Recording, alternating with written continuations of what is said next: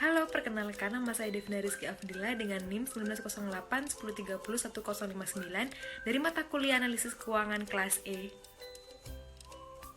Jadi, pada kesempatan kali ini saya akan memaparkan materi tentang analisis kredit yaitu likuiditas, khususnya analisis turnover rasio pada PT Timah Tbk.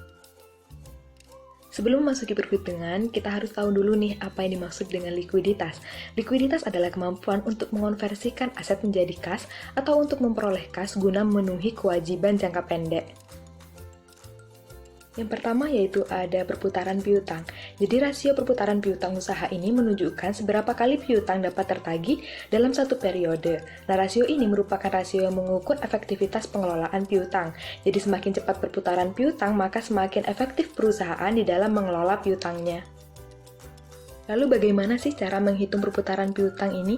Rasio ini dapat dihitung dengan cara membagi penjualan dengan rata-rata piutang usaha.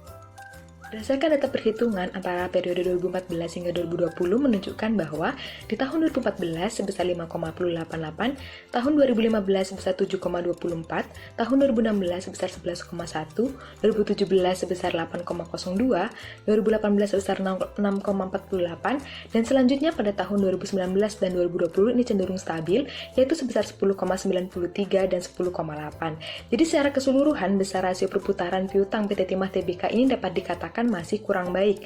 Hal tersebut mengacu pada besarnya standar perputaran industri yakni 15 kali, yang mana ini mengindikasikan bahwa perusahaan masih kurang cepat dalam melaksanakan penagihan piutangnya.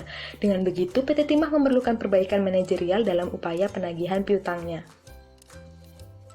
Yang kedua yaitu ada perputaran persediaan. Rasio perputaran persediaan adalah rasio yang menunjukkan seberapa efektif persediaan ini dikelola dengan membandingkan harga pokok penjualan dengan rata-rata persediaan dalam satu periode.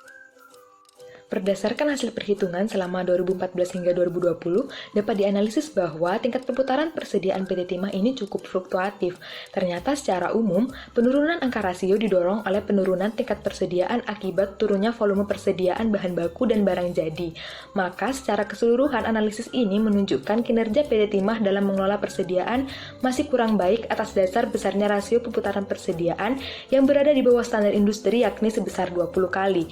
Hal tersebut juga mengindikasikan bahwa PT Timah ini kurang mampu memanfaatkan persediaan yang dimiliki untuk meningkatkan penjualannya. Dan yang terakhir yaitu rasio perputaran utang usaha. Rasio perputaran utang usaha adalah rasio yang menunjukkan berapa kali perusahaan membayar utang usahanya selama setahun atau periode akuntansi. Jadi untuk menghitung rasio ini hampir sama dengan sebelumnya, yaitu dengan membagi beban pokok penjualan dibagi dengan rata-rata utang usaha. Berdasarkan data tersebut, terlihat rasio perputaran utang usaha PT Timah pada tahun 2014 sampai 2020 ini juga sangat fluktuatif atau mengalami kenaikan dan penurunan pada tahun-tahun yang bersangkutan. Karena rasio perputaran utang usaha ini menunjukkan seberapa cepat perusahaan membayar pemasok atau vendornya, rasio yang semakin tinggi menunjukkan bahwa PT Timah memiliki kemampuan yang semakin baik dalam membayar tagihannya secara rutin dan teratur. Namun, rasio yang tinggi ini dapat menunjukkan bahwa PT Timah tidak memanfaatkan sepenuhnya fasilitas kredit yang tersedia dan membayar kreditor terlalu cepat. Jadi kesimpulannya, rasio-rasio perputaran yang telah disebutkan sebelumnya ini merupakan ukuran yang penting di dalam menilai kemampuan perusahaan di dalam memperoleh kas guna memenuhi kewajiban jangka pendeknya. Sekian pemaparan singkat dari saya, kurang lebihnya mohon maaf. Thank you for watching and see you next time.